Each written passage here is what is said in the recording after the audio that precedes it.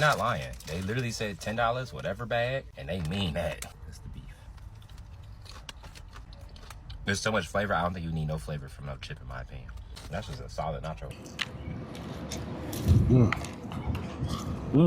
I know, different type of seasoning in there. Wait a minute now. I can taste curry, I can taste masala. It's something in here. It's a loaded up quesadilla, seasoned very well. Nice tortilla on the outside. Like an Indian or Middle Eastern spice to chicken. This is what I needed. This is what I expect when I get a nice quesadilla. We got chicken, we got lamb, we got them Fritos.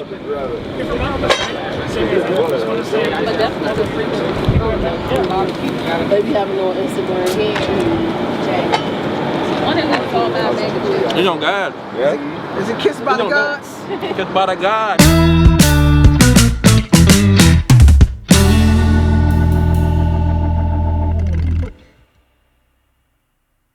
My name is Shihan Chaudhary. I'm from Bangladesh. I came to America when I was about 4 years old. And I grew up in Montgomery County, and that's in Maryland. And my approach to food, I was really interested in the concept of cooking when my brother and we used to watch Food Network at home. I was like 10 years old, I think, and my brother used to always put on Food Network, and we used to see Emerald Live and all these other chefs cooking.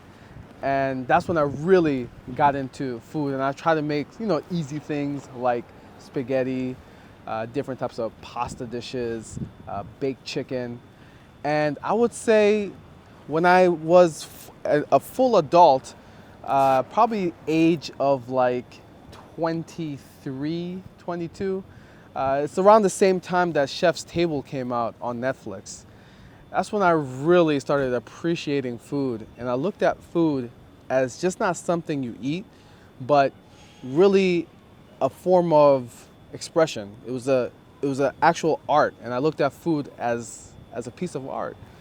And that's when I kind of got into plating. I got into the different profile of flavor mix, and the contrast of different flavors, and played around with the colors when it comes to food. All those things, and I really looked at it as a piece of creative art. And I've always been a creative since I was a little kid. I picked up my first camera when I was about 7 years old. It was my dad got this, those back in the day you had to put those little tapes in, those home cameras. And I got into editing when I was young. I remember in high school, I was playing football, and for one of the year I was injured. So for one whole year I didn't actually get to play. However, I picked up my camera and I just made these behind the scenes footage of like what happens in the locker room, in the weight room, and during game time and during the break time. And I remember I used to make highlight tapes for my friends. And I actually got a few of my friends into college based on the highlight tapes that I made for them. So, film and editing has always been my background. And when I was in college, and I was working a job, I was working at Best Buy, and I finally had money to pick up a really good piece of camera. And I remember the exact camera is a Canon TI2. And I picked up the camera and I started doing photography, I started doing videography, I started shooting videos, music videos. I was just doing everything, and I was doing it for free. And the reason I was doing it for free is because I just wanted more of that real world experience. And I really wanted to develop as an actual, art creative before I can start charging people. And for like a whole 2-3 years, I just literally did gigs for free. But at the same time, I was developing my skills. Now, I remember from 2012 all the way to like 2020, I was doing a lot of marketing. I got into marketing, specifically digital marketing, online marketing. I was combining my photography skills, cinematography skills with online marketing. And around 2012, Instagram started introducing, more video into their platform. And so I remember I was shooting video content for a lot of influencers for Instagram. And I was helping all these influencers gain followers and gain a lot of reach on social media. So around 2020, after the pandemic, I thought to myself, well, what if everything I learned about social media and digital marketing and cinematography and photography, what if I just applied that to myself? And what I did was I combined my passion of cooking and my creative skills of cinematography, and I started my own social media account called Chili Pepper Cooks. And I was making food videos, like food cooking tutorial videos. Because I thought to myself, you know, why don't I just grow my skill set of cinematography with my passion of cooking? And I started making these online videos. And I started posting it on TikTok, because at that time TikTok was big. I post one video, it does okay. I change it up, I post another video, and one of the videos go viral. And I'm like, oh, what's going on here? And I just start making the videos even better. And next thing I know, I hit 1 million followers in less than a year on TikTok. Wow. Then I started going into Instagram, and I started growing on Instagram. I go on YouTube, started growing on YouTube. Facebook, started growing there. Snapchat, I grew like crazy on Snapchat. And, you know, Chili Pepper Cooks now has close to over 4 million followers across all social media. And I was just cooking. I was getting brand deals left and right. I worked with some of the best brands that you can think of. You know, we can go from Google. I worked with Google. I did a lot of brand deals with Google. I did brand deals with a lot of these, you know, conglomerates that you see. A lot of them, I'm not going to mention their names because it's too much to think. But, you know, everyone from Google. I did videos with people that I would never even think I would. Like, for example, the world champion, Tyson Fury. Tyson Fury contacted me and was like, hey, I have a fight coming up. Can you promote my fight with a cooking video? And I did that. So it's been a wild journey. And I remember I told myself that these brand deals are great, but it's not sustainable. I need something that can always make money if I'm not making videos. So then I thought to myself, well, why don't I make sauces? So I released my first hot honey sauce. It was made with Thai chili peppers. And I released that sauce, and it was going really well. People were buying it, people loved it. And I remember getting called to come to a festival for Virginia. It was a halal rib festival. And they said to me, hey, listen, we need you to come to this festival, but we really want you to market this festival. We know you have a big audience. And I told them, I said, listen, I'll market the festival, but if I market the festival for you guys for free, you have to give me the best booth there. And they did. They gave me the booth that was right in the middle of all the action. So I go there, I set up my table, and I'm selling my sauces. I have a big line. It was a 3-day event. On the second day of the event, there's this little boy that comes, and he comes up to me and he says, is that spicy sauce? I said, yes. He's like, I love spice. And I looked at him, I said, listen, I have 3 different sauces here, but this one is super, super spicy, so I'm not gonna give that to you. And he looked at me, he said, no, I can handle spice. So guess what? I said, okay, let's see. I give him a little spoon and I have him taste it. And he tastes it and he goes, and his eyes open up. He's like, wow, this tastes so amazing. And it's really spicy. And he's handling the spice perfectly well. And from that time, he said, you know what? Let me go get some food. And I'm like, where are you gonna get the food from? And he points to a food truck that was next to me. Again, this is a festival, so there's a lot of food trucks and there's a lot of food vendors. But next to me, there was a food truck. He goes over to that food truck and he gets like these chicken tenders. And once he gets the chicken tenders, he tells me, he's like, hey, why don't you let the customers that are waiting in line taste the sauce with the food instead of, just the sauce itself. I said, well, that's great. And he hands me the plate of tenders. He hands me the plate of chicken tenders. you know, and I start putting the sauce on there, and he helps me pass it out to the customers. And for the rest of the day, that little boy stood there helping me sell the sauces. Of course, he was also consuming the sauces, but he was helping me sell the sauces to the customers, and he was letting the customers know, hey, you should try this. Hey, you should taste this. And then that little boy also helped me the next day. Now, at the end of the festival, that little boy's father is the one who owns that food truck. And the boy's father comes up to me at the end of the night and he says, hey, thank you for taking care of my kid and watching him while I was work. I didn't know I was babysitting too. So he says, thank you so much for watching after my kid. I saw you had a very long line, and my kids told me you're big on TikTok and you do a lot of social media. Let's get together. We should do something together. And I looked at him, I said, okay, sure. And that man was Amjad, who is my partner for Flavor Hive, and who's also the co-founder of Flavor Hive. And Amjad says, Amjad gives me his number, he takes down my number, and Amjad says, hey, listen, I know how to run a food truck. I know everything about the operation. And you know everything about social media and recipes. Let's get together, let's make a food truck, and let's see where it goes. And I said, sure, let's make it happen. And I took out a check. It's undisclosed amount. I took out a check, I wrote him the check, so it was like, we're going 50-50 into that food truck. Yeah. We opened up the food truck in February of 2024. February 17th of 2024, we opened up the food truck. Now the first week, we were not busy.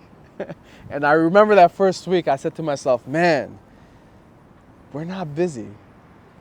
And I told myself, like, well, I really have to go crazy on marketing. And that's what I did. I went crazy on social media. I was shooting videos and posting videos every day.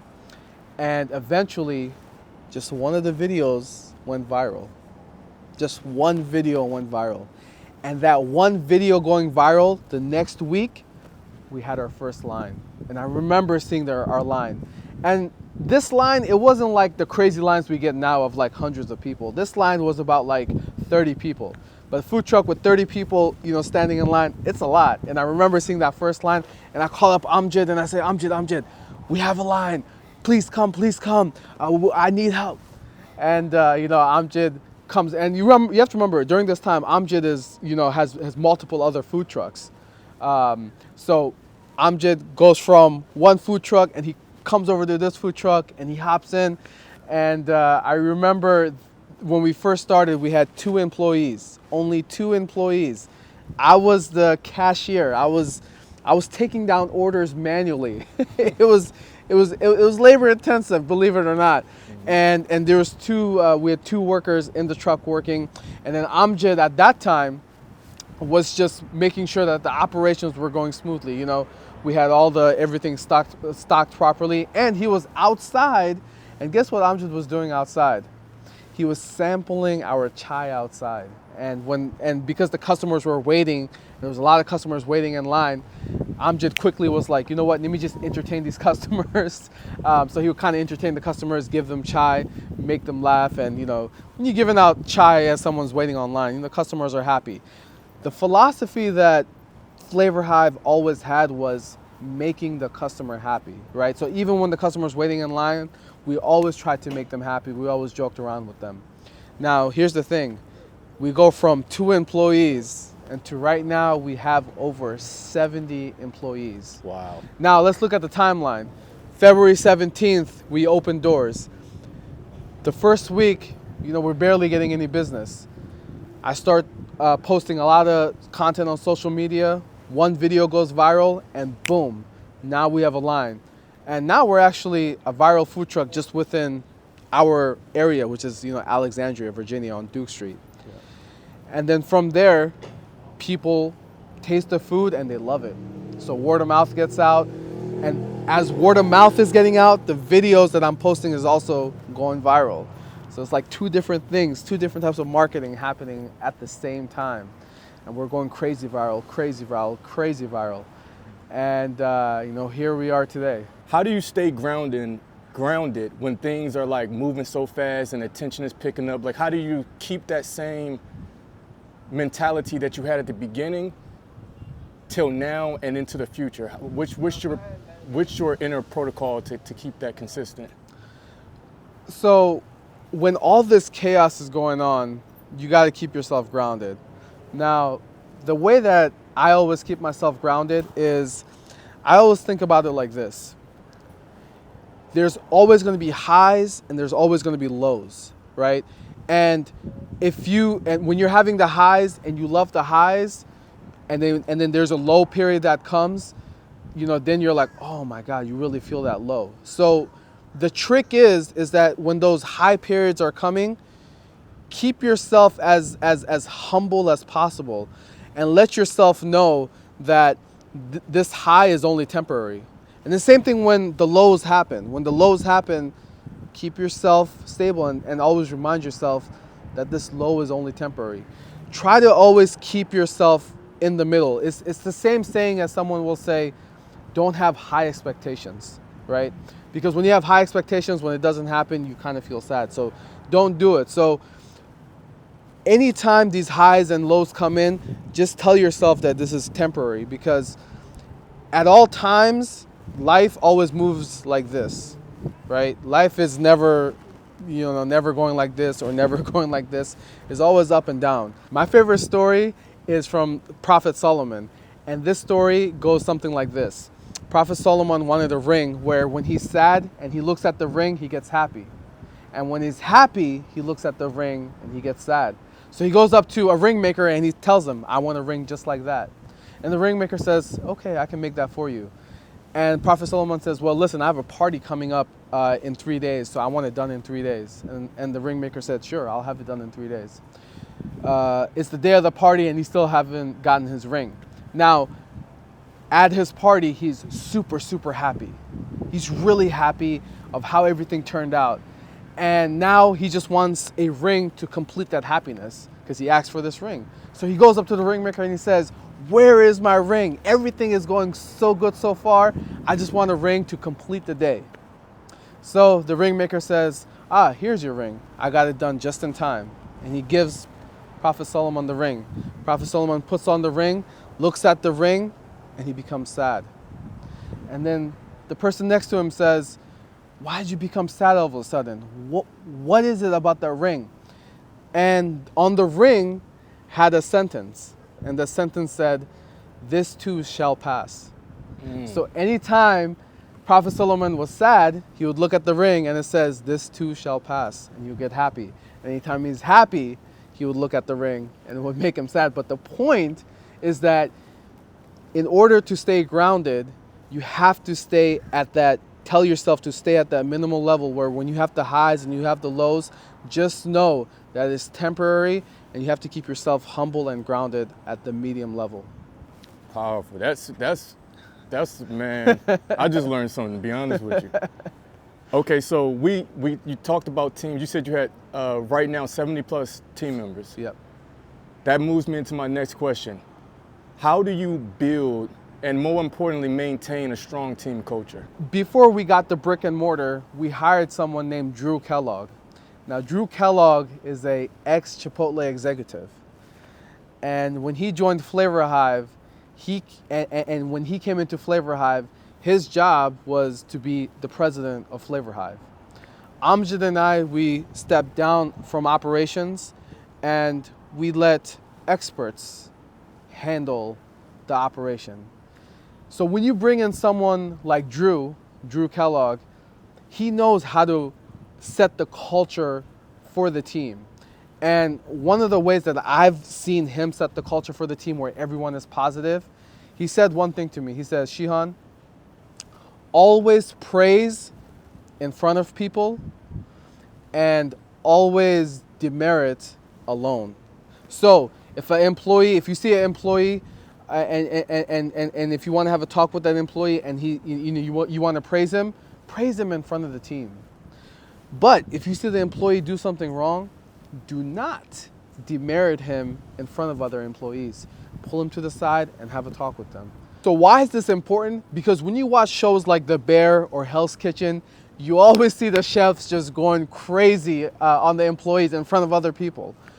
And Drew's whole philosophy is not to do that. And ever since Drew came in, we've seen a whole different angle in our actual business. Now, how did Drew come in to Flavor Hive? You were reading my mind. Let me tell you how Drew came into Flavor Hive. Now, this is the craziest story. So, around December of 2024, we had this one gentleman come to our food truck, and he eats our food. And after he eats our food, he loves it so much, he goes up and he's like, "Where's the owner? Where's the owner?" And then Amjad says, "I'm here." And he tells Amjad, "Hey, listen, I really love your food. You guys have something great going on. And I would love to partner up with you guys because I believe I can take this to the next level." And here's the thing. We've always had investors come up to us on a weekly basis. We've turned down millions of dollars. Amjad and I have literally turned down millions of dollars. And we did that because, we just didn't want the money, because you can only do so much with money. And I'll explain why. Because when this person, his name is Bassam Mansour, he is the owner of Michael & Son, which is a $500 million company. So he has the money. But it isn't just about the money, because money can only take you so far if you don't have the knowledge. Now, here's the thing about Bassam. When Bassam approached us and he gave us his proposal had nothing to do with the amount of money. And this is what made him different, because he came with a plan. And his plan was to make Flavor Hive the biggest QSR out there. And QSR stands for Quick Service Restaurant. So when Bassam came, he literally gave us a proposal and he said, "This is my plan to make Flavor Hive the biggest quick service restaurant in America." And because he came with that plan, and also there was financial backing, we got in a partnership with him. Now, this is where the intelligence of Bassam came into play. The first thing he did when we got into the partnership, he told Amjad and I that, "Listen, you two guys will no longer be part of the operation. We're gonna bring in experts." And Bassam had a headhunter, and that headhunter went and looked for people in the quick service restaurant industry that were at the high levels. And we actually interviewed a lot of people, people from Chipotle, people from McDonald's, people from Burger King. We interviewed a lot of executives. One of the things that really stuck out about Drew when we interviewed him was his thought process on how he looks at the entity, and his thought process on the vision of Flavor Hive and how to execute that vision of Flavor Hive. His thought process on how a restaurant should be so clean, and how the customer experience should be, and how the food flavor should be. This is what really stuck out. There's one thing that Drew said to me. He said, "When I walk in the kitchen, I should be able to take my index finger, swipe through all the parts of the kitchen, and I should be able to lick my finger. That's how clean the kitchen should be." He said, "The customer experience should be so good that the employees should know the first names of the repeating customers that come." So this is the philosophy that Drew came into with, and that's what we loved. So as Chili Pepper Cooks, I make a lot of recipes online, and a lot of people redo my recipes. In fact, a lot of people, when they come to Flavor Hive, they always tell me, "Hey, I remade this recipe and that recipe." And when it comes to recipes, I'm very detailed oriented. Not just on the recipe, but on the actual ingredient itself. And I like to use whole ingredients whenever possible. I don't like to use any processing or processed agents or things like that. I like to use whole ingredients because it shows the integrity of the food. Now, the way I know that I was going to make Flavor Hive stand out is if we used high quality ingredients. Now, the reason why I believe that Flavor Hive stuck out initially is because when you're going to a food truck, especially around DC, you know, these are just food that was bought from Restaurant Depot and you know, reheated or like refried, and they just throw some sauce on there. With Flavor Hive, we make our sauces from scratch. We even make our seasoning from scratch. I have a special seasoning at Flavor Hive. It took me 2 years to develop. I was developing this seasoning before Flavor Hive, and in fact, I was developing this seasoning to sell from Chili Pepper Cooks. And I thought to myself, you know, I've been working on the seasoning so long, let's put it into Flavor Hive. And this seasoning that we use at Flavor Hive is used on the chicken, used on the beef, used on the fries. The beautiful part about this seasoning is that it not only uses whole ingredients, right? There is no color dyes or any MSG or any caking agents, none of that. It's just pure ingredients that we're using. This seasoning is so versatile that on the chicken it tastes a certain way, and on a beef it tastes a certain way. And then on our fries it tastes a certain way. This seasoning is so versatile, it can be cooked with, or it can be used as a topper. For example, like on our fries, it's just used as a topper. This is one of the secrets of Flavor Hive, this seasoning itself. And it took me about 2 years to create. I'm still making it better and better every few months. We're on our version 10 right now for this seasoning, and this seasoning I just tweak a little bit more and more as it gets better. Now at Flavor Hive, we wanted the quality to be the best. Bassam, our third partner, said, hey Shihan, how can we make the quality even better? And I told him, I said, how about we stop using canola oil and we use avocado oil? Because, you know, let's kind of get away from those seed oils. And Bassam was, you know, he was intrigued by that, and he said, you know what, let's make it happen. Now initially we had to figure out how we're going to do that because the price of avocado oil is up here. But Bassam was very adamant about it.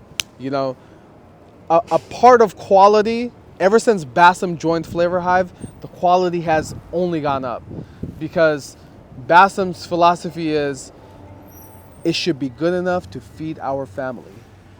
That's Bassam's philosophy. And when he told me that, I said, you know what, Bassam, you're right. Let me improve everything even better. So we spoke to Drew. At first, Drew said, you know, it's going to be expensive. You know, Drew's our president, so he has to look at the numbers. And Bassam said, let it be expensive. Let's take the hit on it because Flavor Hive is here for the long term. So and as soon as we opened our brick and mortar, we introduced avocado oil, and everything in our restaurant, even our fries, deep fried in avocado oil. That's very expensive. Everyone knows that. Our fries are also deep fried in avocado oil. And we're now working to make everything seed-free. What was the wildest thing a customer has ever asked you to stuff into one of the famous chip bags? So look, people bring in the wildest stuff when it comes to the chip bags. But for me, the wildest one was this lady brought in raw sugar snap peas. And she handed me a bag. I was like, do you want me to cook this or something? Like, what do you want me to do with this? And she said, no, I just, you know, have it raw just like that. Just throw the meat on there. And I just threw the meat on there, other veggies and the sauce, and that's how she enjoyed it. Did she let you taste one? She did not let me taste. You know, I didn't even ask her if I could taste one. I seen this one guy, I was watching one of the reels, and he came with caviar. Yeah, so so that's one of my friends. We used to work together. Yeah. And he came with caviar and Cheetos, and he said, you know, can you throw this into the bag? And it was the most viral video we ever had. It had over 250 million views. Wow. Okay, so what drives you now? I know it's been a very busy, like past like 3-4 years. Do you still have the same motivation? What is your outlook now, being where you're at now? So what drives me now is the fact that we need to make Flavor Hive the #1 quick service restaurant in America. And we're gonna do this in 3 ways. The first way is have the highest quality food possible and make it taste good. The second way is provide the best customer service. Because guess who's my boss? My boss is our customers. So we want to provide the best customer service. And number 3, having the best environment. We want to make sure when you come to our store, our tables are not only clean, but our bathroom is also clean. And we want to make sure we have a nice patio outside. We want to make sure that we're bringing back the 3rd place. This is post-pandemic era that we're in right now. We want to bring the people back outside and give them a very nice environment to be in. What is the craziest come-up story for Flavor Hive? So the craziest come-up story for Flavor Hive is when we first opened and we went viral, and this was early March, we were getting a lot of traction. Now, because we were getting a lot of traction, the city of Alexandria was watching us, and they saw that we were open past 8 p.m. Now, here's the thing. We're open behind the building, and we're open after business hours because we can't open during business hours because we can't use the parking lot during that time. So we would open up at 6, and they wanted us to close by 8 p.m. We can't be open for 2 hours. You know, we can't make business doing that, number 1. And number 2, it was during Ramadan. So the sun wouldn't even set until like 8:15, 8:20, 8:30. So, you know, and we had a long line and people needed to, you know, break their fast with our food. So the city of Alexandria would come almost every day and give us these violations. And we were getting violations after violations. In the city of Alexandria, the rep was like, hey, listen, I hate doing this to you guys, but, you know, people are calling and complaining. Our competitors were calling and complaining, saying that, you know, we're open past 8 p.m. And the rep just kept saying, hey, you know, I'm getting these calls. I have to come and I have to give you guys a violation. And the violations would go like from, I think it would go up to like $500 or something. It was a crazy amount, especially during that time because we opened Flavor Hive with $0. And so we're getting these violations after violations. And Amjad said, hey, Shihan, why don't you make a video explaining what's going on and post that video? So I made a heartfelt video explaining how, you know, we just opened as a food truck. We're trying to serve the community. And, you know, if we have to close at 8 p.m., it doesn't make sense because we're only open for 2 hours and we have a long line. We got to serve the people. And that video ends up going viral. It goes so viral that people start tagging the news channels, and people also start tagging the mayor of Alexandria. The mayor of Alexandria sees that video and comments on that video and says, email me. I email the mayor of Alexandria, let him know what's going on. The mayor of Alexandria then goes on and tells the city, hey, listen, back off for right now because we're gonna have a meeting, a hearing in about 2 months, and this is going to be on the docket to change. So, you know, the people in the city of Alexandria, you know, although people were calling in about us staying past 8, they kind of just, you know, kind of ignored it. When it came time to change the law and it was on the docket, the city of Alexandria, the mayor of Alexandria, changed the law for us. People are working late. People are working 2 jobs. When they do get off of work late, their only option is fast food places. Well, Tuesday night, less than 12 hours after our report, the mayor brought up the issue during the Alexandria City Council meeting. Consider an amendment to our food truck ordinance to push back the 8 p.m. time. The city changed their ordinance to allow us to be there until midnight, which is the craziest story. So that's interesting. Does this affect like other food trucks? Like, yep. Because of what you guys went through, now they can even have their establishment open to midnight. Absolutely. Wow. Wow. Now, here's one of the things that people really don't know about Flavor Hive. When Amjad and I first started Flavor Hive, we started with $0. And because we started with $0, the first few months, we would always go into the negative. Even though we were really viral, and even though we had a lot of customers, it did not always equate to profit. And the main reason is because any money that we got, we would put it right back into the business. And we would put it back into improving the infrastructure of our business. We would put it back into getting more employees and growing our team.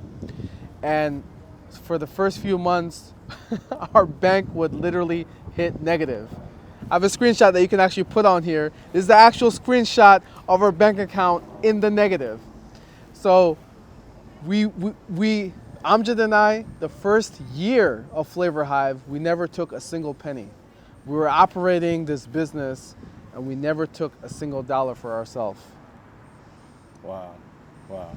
So when you look back at that time, being here now, would you, like someone watching this and they have a business and they may be thinking of, because people do have these thoughts where they're thinking of giving up, or they feel like I keep hitting a rock wall, or even just breaking even, they're not seeing profit. What would be and I know this sounds so cliche, but as someone that has been in the business for these years, what would be your advice to them? Yeah, so, my advice to the people that are grinding it every single day and going through roadblocks and overcoming roadblocks, but they're still just breaking even in their business and they're not getting the profit that they're desiring to get. At that point, you really have to evaluate your structure of your business. And this is where Bassam, our third partner, really came into play. Because ever since he came into play, we've been profitable.